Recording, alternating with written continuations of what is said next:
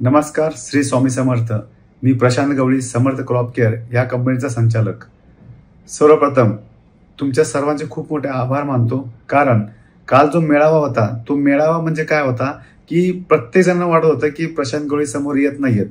मी already सगळ्यांच्या कॉन्टॅक्टमध्ये आहे, ऑनलाईन मोबाईलने सगळीकडे, पण काही लोकांना खालीपर्यंत मेसेज जात नव्हता. मग काल मी ठरवलं की सर्वांच्या समोर यायचं.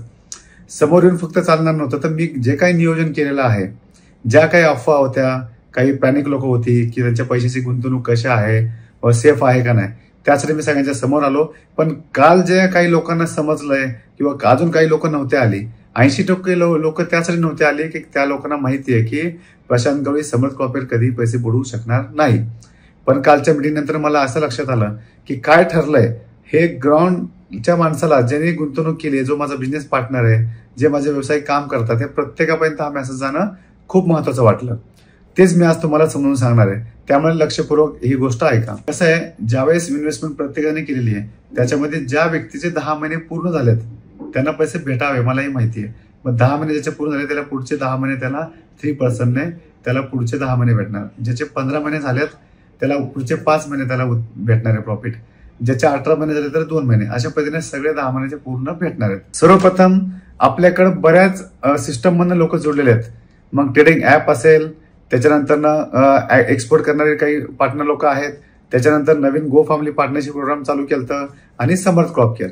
या सगळ्यांचं काहीतरी मार्ग निघावा म्हणून एक पहिला मार्ग काढलाय, जे गो फॅमिली मध्ये आले होते आणि समर्थ क्रॉप केअर, या सगळ्यांचं मिळून जो काही पैसा आपल्याकडे आलेला आहे, जे काही आपण पार्टनरशिप मध्ये जो व्यवसाय करत होते त्या व्यक्तींना काय झालेलं आहे, कुणाला EMI आहे, कुणी व्याजाने कुठनं काढलंय, कुठूनही पैसे ऍडजस्टमेंट केलेले आहेत. मग त्यांचा विचार करून मी कुठलं पर्सेंटेज वाटत नाही, कुठलंही व्याज वाटत नाही, पण त्यांच्या हक्काचं, त्यांच्या EMI वगैरे जाण्यासाठी एक सुंदर मार्ग काढला. तो म्हणजे एक उदाहरण म्हणून देतो तुम्हाला.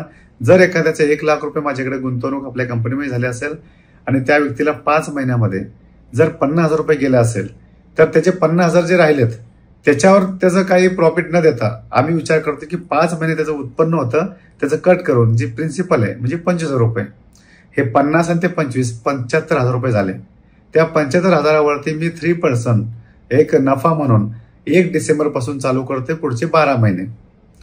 त्याच्यानंतरून 12 महिन्यानंतर त्याची प्रिन्सिपल रिटर्न जाईल. असंच मल्टिपल ज्याचं इन्व्हेस्टमेंट आहे त्याच्यानुसार त्याला ते भेटणार आहे. त्याच्या पलीकडे लोकांचं म्हणणं असं होतं की सेफ कसं राहील, मग आम्ही चेक हा ऑप्शन काढला. हे तर देत राहणार, आणि चेक कसा असेल, एक लेटर हेड वरती लिहून की हा चेक तुम्ही जर मी 3 महिने कंटिन्यू नाही देऊ शकलो तरच तुम्ही तो चेक टाकू डिपॉझिट करू शकता. ते दिल्यानंतर 1 डिसेंबर पर्यंत मी एक LLP company, private limited company स्थापन करतोय. त्याच्यामध्ये जेवढी इन्व्हेस्टमेंट आहे पूर्ण कंपनीची, त्याच्या बदल्यात मी एक प्रॉपर्टी त्या व्हॅल्युएशनची त्या कंपनीमध्ये ठेवणार, म्हणजे सगळ्यांचं इक्वल त्याचं शेअर त्याच्यामध्ये दिले जाणार आहेत. अशा पद्धतीने आपण इन्कम पण चालू करतोय, चेक पण सिक्युरिटी देतोय आणि तुम्हाला जागेची हमी देतोय, ह्या एक कंपनीच्या स्वरूपात. असं सुंदर आम्ही नियोजन केलंय. दुसरा पॉइंट आहे की ज्या लोकांनी ट्रेडिंग ऍपला असेल किंवा एक्सपोर्टसाठी उतरले होते, ते 10 दिवस, 20 दिवस आणि 5 दिवसासाठी ते उतरले होते, मग त्यांच्यावर अन्याय व्हायला नको. मग आम्ही विचार केला की त्या व्यक्तींना आपण इथून पुढे 3 महिने, डिसेंबर पासून 3 महिने देणार आहे, 3%च्या हिशोबाने त्यांना प्रॉफिट, आणि 3 महिने पूर्ण झाल्यानंतर मार्च नंतर त्यांना पूर्ण त्याची प्रिन्सिपल त्यांना भेटली जाईल. म्हणजे आपले 4 सेक्टरचं आम्ही एकत्र एक लायबिलिटी म्हणा किंवा मी तुमचं कर्ज समजून आमचं याचं नियोजन केलेलं आहे.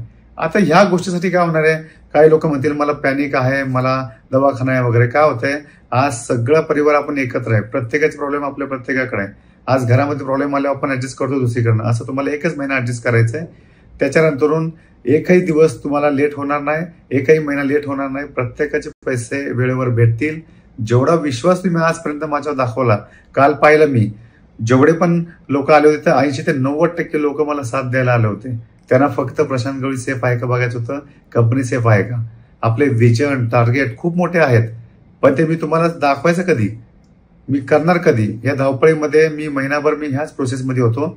आता अजून एक रिक्वेस्ट आहे, कुणीही एक लक्षात ठेवा, हा जो रिक्वेस्ट आहे, कुणीही कुठल्याही माझ्या पार्टनरला फोन करू नका किंवा कोणालाही लीडर लोकांना विचारू नका, किंवा स्वतःची तयारी करा. आणि प्रत्येक पॉइंटला मी पुढे जसं माझं व्हिडिओ अपडेशन येईल, जे पुढचे अपडेट आहेत मी स्वतः तुम्हाला देईल. कारण काय होतं ना, कुणाचं जर ऐकून कुठेही अफवेवरती बळी पडले तर शेवटी तुम्ही आणि मीच आहे, तिसरा माणूस कधी तुम्हाला पैसे देणार नाही. तो चुकीचं सांगेल, तुम्हाला घाबरवेल, पण तुम्ही घाबरू नका अजिबात. जर मला जायचं तर कधीच पळून गेलो असतो, तुमच्या समोर नसतो आलो. मी एवढे दिवस ऑफिस पण चालू आहे आपलं, पण कुठेही काही गर्दी करून उगाच कुणाचं ऐकून काहीही करू नका, पॅनिक होऊ नका. मी नक्की तुमच्या सोबत आहे. त्याच्यानंतर आपण हे मी नाही ठरवत आहे, एक कोर कमिटी टीम नेमलेली आहे. लवकर तुम्हाला त्याचा टीमचा नंबर भेटतील. प्रत्येक प्रॉब्लेम ती टीम सांभाळते. मी जे काही आता सांगितलेलं आहे ते सगळं एक कमिटी मिळून आम्ही ठरवलेलं आहे. अशा पद्धतीने सगळ्यांचे प्रॉब्लेम सॉल्व्ह होतील आणि नवीन वर्षात आपण पुन्हा एकदा जोमाने काम करणार आहे. त्याच्यामुळे तुमच्या सगळ्यांचं सहकार्य हातामध्ये लागलं. इथून पुढे असंच माझ्यावरती प्रेम ठेवा आणि खूप चांगलं आपण कार्य करू. श्री स्वामी समर्थ.